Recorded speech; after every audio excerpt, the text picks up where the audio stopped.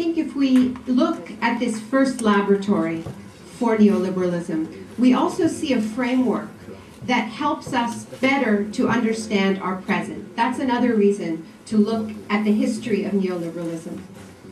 What we see in these first shock laboratories is what I call triple shock, a formula for remaking the world. Triple shock. And here's what I mean by triple shock. And I think we can see the parallels with today. The first shock is a crisis that hits a country, something that changes the rules completely. In Latin America, it was the military coups of the 70s that was the shock, but also economic crises played their role, and they also just served to justify the coups. Another crisis that was used was the threat of terrorism. It was the threat of left-wing terrorism that was used to justify the coups. So that's the first shock, the changing of the rules. The second shock immediately follows. It's what economists call economic shock therapy. This is the rapid-fire transformation of a country so quickly that we can't respond. It's like a tsunami of laws, a tsunami of policies, so that we can't debate each one individually. We're overwhelmed. The third shock is the shock to bodies. It's the non-metaphorical shocks. It's the shock of the police truncheon. It's the shock of the taser gun. In Latin America, it was the shock of the picanha, the electroshock. These three forms of shock work together. They reinforce each other. The first shock prepares the ground for the second shock. The third shock disciplines anyone who is thinking of standing up to the second shock. I believe we have seen this triple shock formula repeated over and over again over the past 3 decades of history. We need to identify it, because when we identify it, we can resist it. Shock is about a gap between event and information. It is about the absence of a story to explain an event. That's when we go into shock. That's why we need our story. That's why we need a people's history. A people's history of neoliberalism, a people's history of Genoa. Once we identify these methods, our history looks different. And in fact, there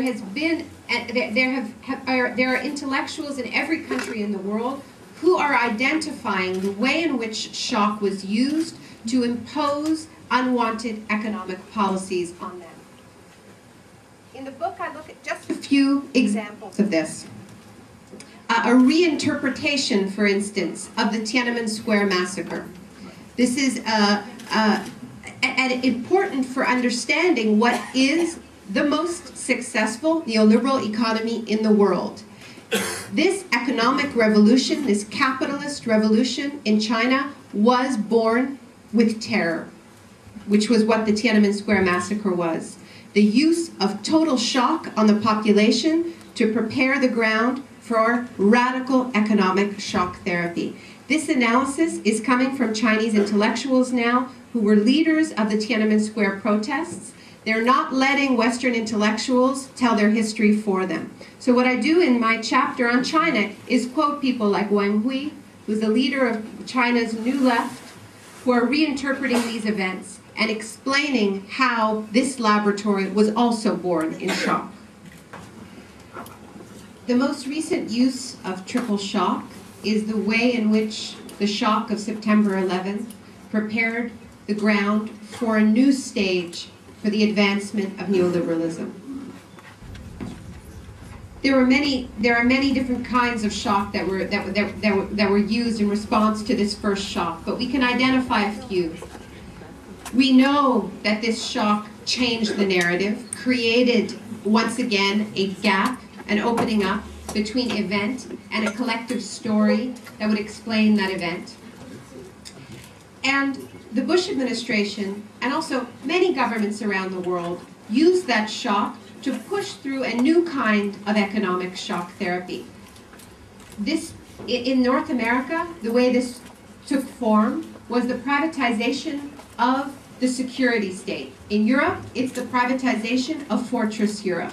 Homeland security that is all outsourced and privatized, a new business in surveillance. And what fuels this new economy is endless fear. Fear of others, fear of the Muslim intruder, fear of Mexicans, fear of immigrants, fear of terrorism. The more fear there is, the more money is spent building the fortress, and the money goes directly to the private companies that are building this fortress economy.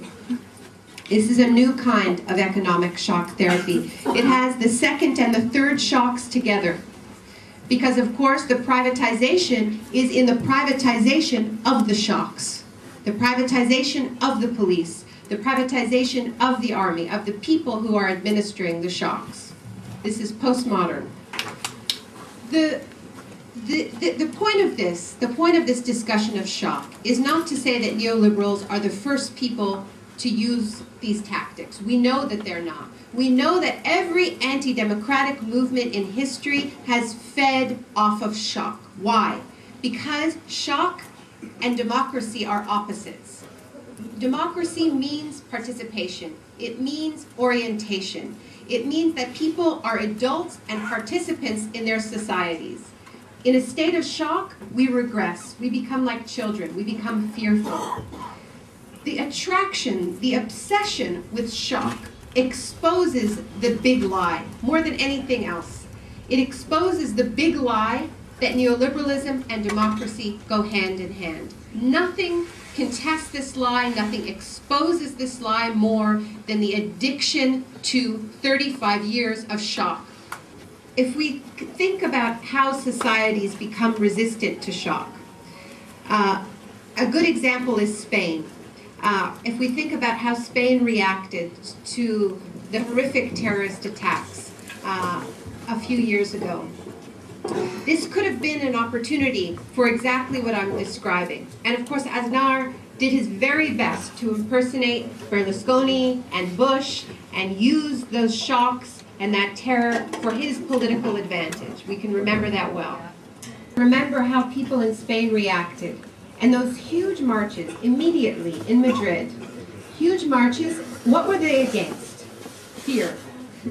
I don't know if this has happened before, that people have marches against an emotion in themselves. A march against our own fear, because they knew that their enemy was not Aznar, it was the fear in themselves. So they marched against it. They had a march against fear, and the next day they got rid of Aznar. And when people were asked, why did you respond so powerfully, so collectively, so instantly? The response was the same. He reminded us of Franco, right?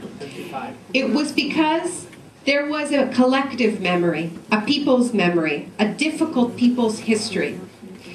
The enemy of shock is memory. The enemy of shock is story. So thank you for remembering with me tonight.